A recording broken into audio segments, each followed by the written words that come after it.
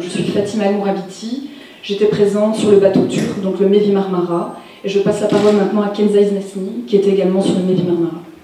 Je voudrais juste préciser qu'avant l'attaque, on avait eu connaissance de certaines menaces relayées par la presse israélienne, par certains médias israéliens. Donc on avait connaissance de ces menaces et de l'intention d'arrêter par la force cette flottille. Mais c'est vrai qu'après coup, on n'aurait jamais pu imaginer que cette attaque aurait atteint un tel degré de violence. Alors le bilan meurtrier, c'est 9 morts. 9 morts, 9 civils, qui n'étaient là justement uniquement pour porter secours à un peuple qui souffre. Donc ils ont donné leur vie, ils ont perdu leur vie, ils ont donné de leur sang. Donc ils ont payé un lourd prix dans cette flottille. Donc c'est 9 morts, je précise, 9 tués par l'armée israélienne de Tsahal. Vous déplorez donc ce qui s'est passé avec cette flottille? Je déplore d'une part les victimes, c'est toujours dommage qu'il y ait des victimes, et d'autre part l'erreur opérationnelle par l'armée israélienne qui est lamentable. C'est clair que si l'armée israélienne avait anticipé ce qui les attendait, ils auraient pris d'autres moyens qui n'auraient pas causé de victimes, ou très peu. Comme vous dites, c'est déplorable, mais est-ce que vous comprenez qu'il y ait sur des sites israéliens des parodies se moquant de ces flottilles en les prenant pour la croisière s'amuse et autres? Oui, il y a des pertes de vie et on en fait quand même des dérisions. Non, c'est pas ça. Moi j'ai vu un des clips que vous décrivez. Le clip critique en fait tout l'emballage médiatique et les abus médiatiques qui ont succédé à ça. Donc on critique le fait que le Hamas et les forces qui le soutiennent ont trafiqué l'information de façon à faire, et c'est ça que dit ce clip, We Count the World, c'est ça que dit le clip, ça veut dire on se fout du monde. Et donc on critique les médias et je ne pense pas qu'on se félicite ou qu'on se réjouit des victimes. Personne ne se réjouit des victimes. Nous avions des contacts avec la presse francophone. J'avais l'intention également de faire un documentaire par rapport à la flottille, donc j'avais une caméra. Donc on m'a confisqué ma caméra, on m'a confisqué mes cassettes. Il faut savoir aussi que l'attaque, je l'ai filmée, donc Kenza était aussi en ma présence, elle a également filmé. Donc tout ça, ce sont des preuves à l'appui que nous n'avons plus, parce qu'ils ont été confisqués par l'État israélien. Nous avons été kidnappés et séquestrés sur le bateau pendant plusieurs heures, dans des conditions inhumaines. Donc certains étaient à genoux, menottés par terre, les hélicos tournaient sans cesse autour du bateau et nous étions, donc ils s'approchaient très près du bateau et donc on était mouillés de la tête aux pieds parce que l'eau de la mer était projetée sur toutes les personnes qui étaient menottées à terre sans avoir la possibilité ni de boire ni d'utiliser les sanitaires, donc pendant plusieurs heures. Ensuite, nous avons été... donc le bateau a été entièrement saccagé pendant toute cette traversée qui a duré une éternité, en présence des morts. Donc les participants du bateau étaient pendant plusieurs heures en présence des morts, je le précise, en présence des blessés qui avaient besoin d'être soignés rapidement et dans l'urgence. Donc certains ont même succombé à leurs blessures. Ensuite, nous avons été ramenés au port d'Ashdod, avec un interrogatoire interminable, des fouilles, une humiliation, mais sans nom. Ensuite, donc on n'a pas été informés de ce qui allait se passer, donc ça a été un calvaire parce qu'on ne savait pas très bien, on ne savait pas du tout ce qui allait se passer, où est-ce qu'on allait être emmené. Donc la torture morale et psychologique a été très très très forte. Ensuite, on nous met dans des fourgons blindés, on nous ramène on ne savait pas très bien encore sur le moment. Donc on se retrouve dans une prison. Donc on nous dit qu'on va être emprisonné Et donc on nous annonce sur le moment qu'on se trouve dans la prison de Beersheba. Donc ça a été un choc une fois qu'on nous l'a annoncé sur le moment. Donc ce qu'il faut retenir ici, c'est qu'on a été extrêmement étonnés de la manière dont nous avons été traités. Donc ça a été vraiment... on était considérés comme des criminels. Dans cette flotte humanitaire, comme on a dit, il y avait certainement de nombreux humanitaires sincères qui voulaient livrer des marchandises humanitaires aux gens de Gaza. Il y avait à côté de ça un petit nombre, difficile à déterminer, de gens qui étaient djihadistes, qui voulaient marquer le coup, qui voulaient être des shahids, hein, comme on dit dans la tradition musulmane, qui voulaient des martyrs ou qui voulaient passer absolument, et qui ont absolument cherché la confrontation. Il y avait réellement des preuves qu'il y avait des djihadistes sur cette flottille? Mais écoutez, c'est les éléments qu'on obtient. L'organisation turque IHH, je pense qu'elle s'appelle, a manifestement des connexions dans ce sens. Il y a des témoignages avant pendant le trajet, ou des gens qui ont témoigné devant des caméras. Il y a eu des photos qui ont été prises par l'armée israélienne où on voit nettement qu'ils sont agressés, avec un soldat qui a été balancé d'un pont à un autre. Il y a eu 3 soldats qui ont été à un moment donné inconscients. Donc si tout ça s'est passé, c'est qu'ils n'ont pas tiré. S'ils avaient tiré d'emblée, comme certains humanitaires le prétendent, il n'y aurait pas eu de soldats blessés. L'État d'Israël se défend en disant qu'il y avait des activistes islamistes sur le bateau. Vous avez fréquenté pas mal d'humanitaires sur le bateau. Est-ce que vous avez ressenti des présences d'islamistes ou intégristes sur le bateau? Honnêtement, je ne me suis absolument pas posé la question. Je veux dire, nous sommes partis avec un esprit humaniste. Nous ne sommes pas partis, enfin je me suis même pas posé la question de savoir islamiste ou, enfin déjà je veux dire le mot ne me parle pas, vraiment pas. Donc il y avait des humanistes, oui. Il y avait des gens qui voulaient s'engager dans la question palestinienne, oui, et qui voulaient s'engager dans les droits de l'homme. Ça, il y en avait, effectivement. Il y en avait plus de 600. Les soldats israéliens se sont présentés mal préparés. Il y a eu une erreur opérationnelle monumentale du côté de l'armée israélienne, mais ils pensaient qu'ils avaient affaire à des vrais humanitaires, des vrais pacifistes, et ils ont été agressés, on va dire. Il y a eu des images pour ça, il y a eu des témoignages, il y a des soldats blessés, tout ça est disponible. Et d'après les informations dont je dispose, mais peut-être faut-il faire une enquête plus approfondie, les Israéliens n'ont pas tiré d'emblée, ils ont été agressés, et c'est à la suite de ça, et devant le danger de mort qui les menaçait, qu'ils ont tiré, qu'effectivement ils ont fait des victimes. Les soldats n'arrivent sur le bateau. Donc effectivement, je me dis que si ces soldats, alors il ne faut pas oublier qu'il y avait des soldats, il y avait des commandos, et il y avait des snipers. Donc je pense qu'il y avait un minimum d'expérience derrière tout cela. Je ne sais pas si ces gens n'avaient jamais, en tout cas, ils ne se sont jamais retrouvés dans la confrontation avec qui que ce soit, je ne sais pas, en tout cas j'en doute. Mais l'intention même, alors des soldats et l'intention de l'armée israélienne était claire. Quand on tire déjà à partir d'un hélicoptère, ou en tout cas à partir des bateaux, avant même qu'on soit sur le lieu, entre guillemets, de l'acte de terrorisme comme ils l'entendent, je pense que l'intention est claire. Donc maintenant, est-ce qu'ils étaient préparés ou pas? Préparés, ils l'étaient. Ça, c'est clair, ils l'étaient.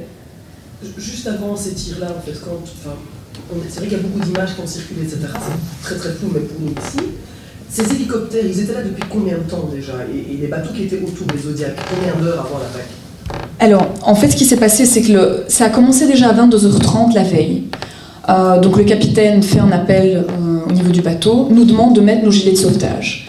Alors moi je me rends à l'extérieur d'ailleurs, je pense que Kenza était là aussi ou était dans la salle de presse. En tout cas un maximum de personnes étaient sur le pont pour voir ce qui se passait. Donc il y avait 2 bateaux militaires qui étaient très visibles au loin, en tout cas on les voyait parce qu'on était en pleine nuit mais les lumières apparaissaient. Et l'hélicoptère tournait, il n'était pas proche du bateau, mais en tout cas tournait, revenait... Donc voilà, c'était déjà à partir de 22h30. Et l'assaut a été donné à 4h. Donc, sur le Meli Marmara, il n'y a pas eu de warning. Alors qu'apparemment, au niveau du droit maritime, il faudrait encore vérifier. Normalement, l'armée israélienne devait lancer une alarme. En tout cas, devait prévenir le capitaine et prévenir les gens qui étaient sur ce bateau de l'arrivée de leur bateau, en tout cas de l'assaut. Ça n'a pas été fait. Donc, ils sont vraiment arrivés 4h du matin, à une vitesse incroyable.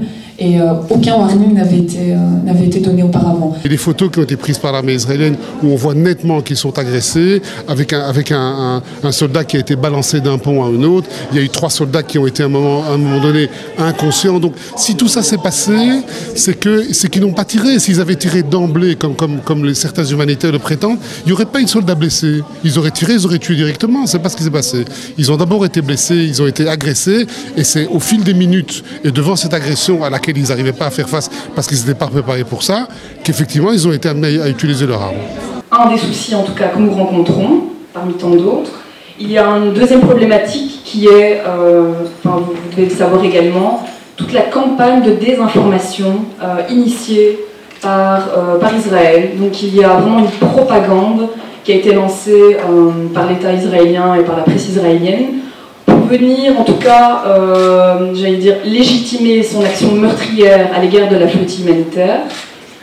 Donc, celle-ci se formule par les termes suivants. Nous sommes les terroristes, donc les passagers, ou en tout cas tous les humanitaires présents dans cette flottille, sont considérés par l'État israélien comme des terroristes. Alors, pour un crime, on ne sait toujours pas lequel il est, donc il faudrait peut-être qu'ils le définissent également.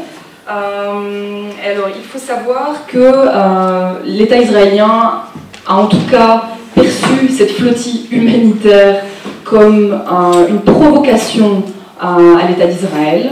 Au-delà de la flottille, il y a aussi ce blocus dont des milliers de Palestiniens souffrent journalièrement. Il y a beaucoup d'associations humanitaires qui disent qu'Israël est de mauvaise foi parce qu'elle ne fait pas passer toute la nourriture quand il se doit et le matériel quand il se doit. Alors je vous donne mon point de vue nouveau. Donc il y a un blocus qui porte pas sur ce qu'on appelle l'humanité, l'alimentation, tout ça. Non, vraiment, moi j'ai des témoignages très concrets. Il y a eu même un reportage à l'RTBF qui montre bien que sur le plan alimentaire, il n'y a pas de problème, il y a assez à manger, personne ne souffre de faim. On peut même acheter des voitures neuves à Gaza. Il y a beaucoup de matériel qui sont là. Ce qui n'est pas admis par les autorités israéliennes, c'est le matériel qui peut servir à la construction d'armes et aux infrastructures militaires. Ça, c'est une décision parce que le Hamas a fait, après une élection qui a eu lieu dans des circonstances qu'on connaît, a fait un coup d'État et est virtuellement en état de guerre avec Israël, ou même concrètement en état de guerre avec Israël. Je vous invite à lire la charte du Hamas qui appelle à cette guerre. J'ai encore la charte du Hamas ici dans ma mallette. Si c'était nécessaire, je serais intervenu tout à l'heure. La charte du Hamas est profondément raciste, profondément anti-israélienne et déclare la guerre comme un devoir religieux à l'égard d'Israël. Et c'est le cas dans leur charte, c'est aussi le cas dans les déclarations des dirigeants et dans la vie concrète au jour le jour. J'ai entendu un jour un exemple que je trouvais très intéressant. Des boulons, pour construire des bancs d'élèves, on a besoin de monter les bancs avec des boulons. Pour utiliser dans certaines des fusées que le Hamas lançait sur la population civile israélienne, il y avait des boulons pour augmenter le nombre de victimes et la gravité des blessures. L'image était, je ne sais pas si ça correspond à une réalité, mais qu'au Hamas, on aurait tendance à démonter les bureaux des enfants dans les classes pour les mettre dans les fusées et faire exploser les bombes.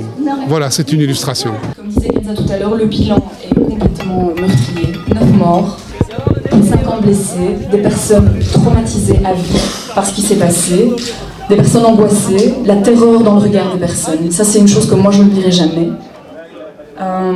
Et donc voilà, par rapport à tout cela, nous rebondissons en tout cas par rapport à certaines exigences à l'égard à la fois de notre gouvernement belge, des gouvernements européens, des gouvernements mondiaux, mais aussi du gouvernement israélien.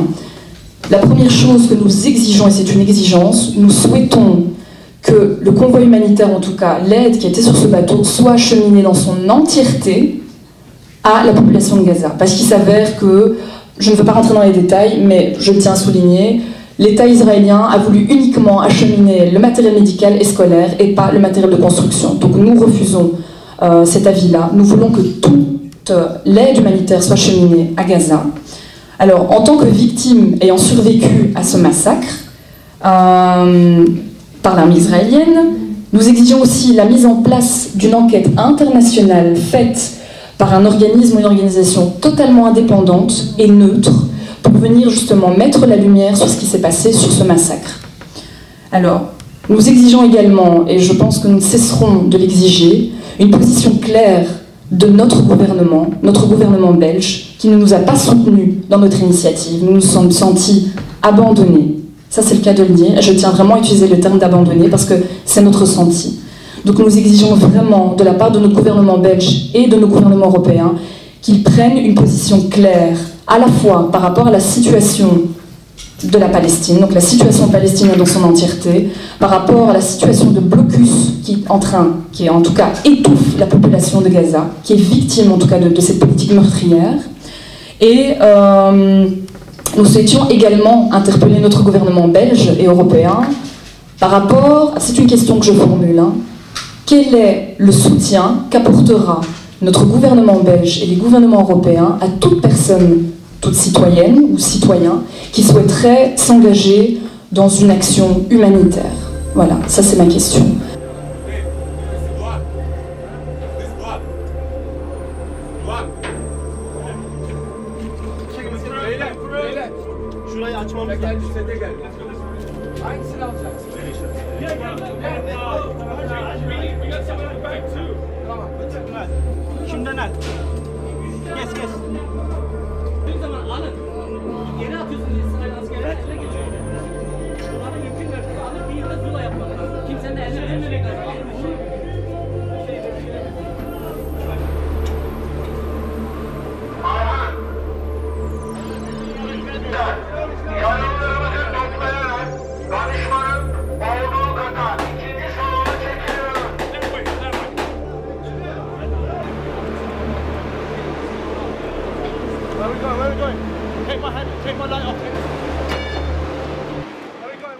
Le premier jour, le jour où les filles ont été attaquées, où les bateaux ont été attaqués, déjà à ce moment-là, nous avons appelé au ministre de Justice belge d'utiliser son droit d'injonction positive et de lancer une procédure en Belgique.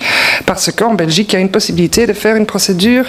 La Belgique a une compétence universelle, a une loi qui prévoit une compétence universelle quand les victimes sont des personnes belges. Ici, dans ce cas-ci, c'était 4 filles belges qui étaient victimes d'une agression militaire de la part de l'Israël, et la Belgique n'a jusqu'à maintenant pas réagi, alors que le procureur général peut tout à fait lui-même lancer une procédure. Donc nous, notre but est qu'on va quand même encore entamer cette procédure. On ne veut naturellement pas entraver l'enquête internationale qu'on exige. On veut absolument que cette enquête soit faite, mais si elle n'est pas faite ou c'est pas une enquête internationale, on va en tout cas demander à ce que la Belgique fasse une enquête, à ce qu'il y ait un juge d'instruction qui fasse une enquête, qu'il y ait une instruction objective qui soit faite, et on pense que c'est absolument nécessaire. Une deuxième chose sur laquelle je voudrais quand même aussi attirer l'attention, c'est que premièrement, c'est vrai que l'Israël n'a pas du tout accepté ou a rendu difficile le travail du consul en Israël, qui lui a essayé de voir à plusieurs reprises les filles. Il n'a pu les voir qu'une fois. C'est comme déjà dit par les filles Grete et Inge, qu'une fois à l'aéroport, le consul a plus accès du tout à les filles, ce qui est quand même important, ce qui est un droit pour le consul, mais qui n'a pas été respecté. Mais je voudrais quand même insister, je parle pour Kenza et Fatima, je ne sais pas pour Grete et Inge, mais ce que je sais, c'est que à partir du moment que les filles sont arrivées, les autorités belges n'ont pas du tout pris contact avec elles. Ça fait une semaine qu'elles sont en Belgique, ça fait une semaine qu'on sait les atteindre, qu'on sait savoir comment elles sont, qu'on sait parler avec elles, et apparemment le gouvernement, ni les ministres, ni le gouvernement, ni les gens du cabinet trouvent ça important de voir comment est-ce que les filles sont, comment est-ce qu'elles vivent, comment est-ce qu'elles ont vécu cette affaire, qu'est-ce qu'elles ont vécu, et voir un peu leur témoignage. Parce que la Belgique prend un point de vue de dire on s'abstient pour demander une enquête internationale, mais ils s'enquêtent même pas eux-mêmes pour savoir qu'est-ce qui s'est passé, qu'est-ce que les filles elles ont vu, pourquoi est-ce que c'est nécessaire qu'il y ait une enquête, quoi que ce soit. Non, on ne demande rien aux filles. Moi, je trouve ça quand même pas acceptable, en fait, qu'on ne s'inquiète même pas par rapport à ces filles. Et une troisième chose que je voudrais dire, c'est que avant que les filles soient parties, on a envoyé les passeports au ministère, on a envoyé les passeports à différents consulats pour dire on part, on sera sur ces bateaux-là. Il y a quand même des risques qu'il y ait une attaque. Il y a eu plusieurs communiqués de presse qui sont partis, et aussi, là, il n'y a jamais eu de demande de la part des autorités belges, ni par rapport aux filles, ni par rapport aux familles des filles, pour savoir est-ce que tout va bien, est-ce qu'on doit préparer quelque chose, est-ce que... Donc, moi, je trouve ça quand même triste, et en fait, c'est même pire que triste, ça montre aucune responsabilité par rapport à leurs citoyennes qui prennent une responsabilité humanitaire en main, et je trouve que ça montre de vraiment aucun respect de la part des autorités belges, et qu'on maintient quand même un grand respect par rapport à l'État israélien et pas par rapport aux filles qui, elles, disaient que ce qui se passe là-bas est inacceptable. Avec le Fatah, ils ne sont pas d'accord entre eux, que quand le Fatah a dû partir de la bande de Gaza, et c'est là qu'on voit que le Hamas n'est pas non plus quelque chose de démocratique ou quoi que ce soit, quand on les a chassés, ça a été tout à fait violent, et donc c'est aussi un indice supplémentaire pour Israël qui ne doit pas, en plus du fait de la charte, etc., qui ne doit pas négocier en direct avec le Hamas, mais bien avec le Fatah, qui sont des interlocuteurs tout à fait valable pour Israël. Et la population dans tout ça, donc ça c'est du côté politique, mais la population dans tout ça qui meurt tous les jours. Mais la population, d'abord, c'est que c'est malheureux qu'ils vivent dans des circonstances comme ça, et je pense que le Hamas, devrait aussi penser un petit peu plus à la population. Tout le monde parle des Palestiniens, mais qu'on se soutient un peu plus d'eux, de la part aussi des pro-Palestiniens. S'ils dénonçaient un petit peu plus le Hamas, je pense qu'on n'en serait pas là non plus aujourd'hui. Qu'est-ce que vous répondez à ces personnes qui disent qu'il a quand même été élu démocratiquement? Majorité. Hitler aussi a été élu démocratiquement.